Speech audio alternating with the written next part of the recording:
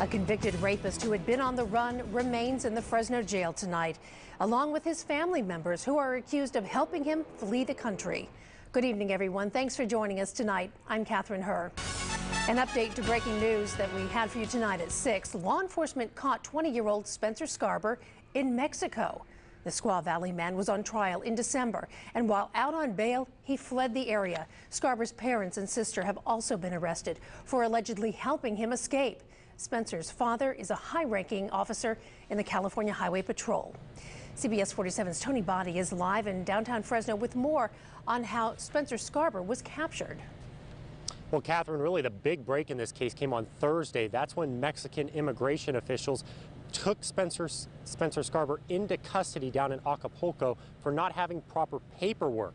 Now, once the authorities discovered who he was, they contacted Fresno County Sheriff's deputies.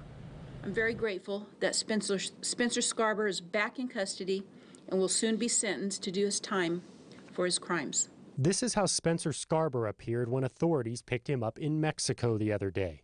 A much different look from this that he had when he disappeared during his trial back in December. Scarber's father, Kyle, reported him missing and possibly kidnapped.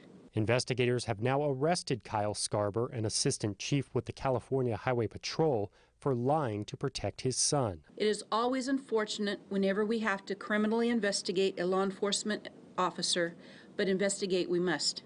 Spencer's sister, Crystal Reynoso, was arrested on suspicions of helping him escape, as was their mom, Gail Scarber, who allegedly had fake documents on her. The documents she possessed were a false birth certificate and a passport intended for Spencer.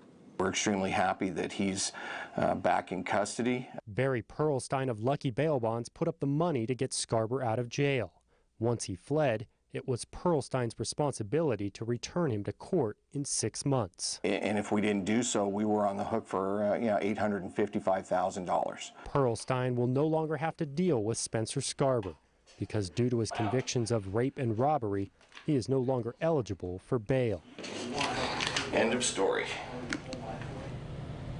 Now, Scarber's parents and his sister may be allowed to bail out of jail. That's going to be up to a judge to decide. Meanwhile, the CHP is doing their own investigation into Kyle Scarber's involvement in all of this, and they say that appropriate action will be taken.